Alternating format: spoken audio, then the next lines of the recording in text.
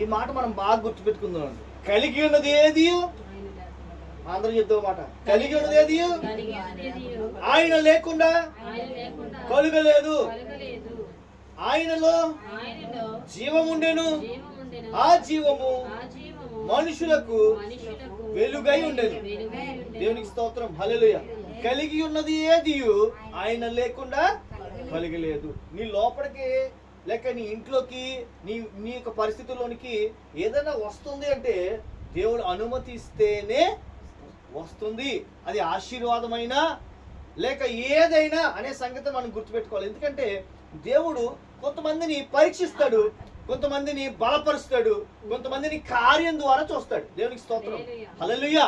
కాబట్టి మనం ఈ రోజు నేర్చుకుంటున్నాము పరమ తండ్రి అయిన దేవుడు. ఈ రోజు మనం ఫాదర్స్ డే కాబట్టి దేవుణ్ణి ఏమని పిలవాలి? మనం ఎవరు పిలిచారు దేవుణ్ణి తండ్రి అని?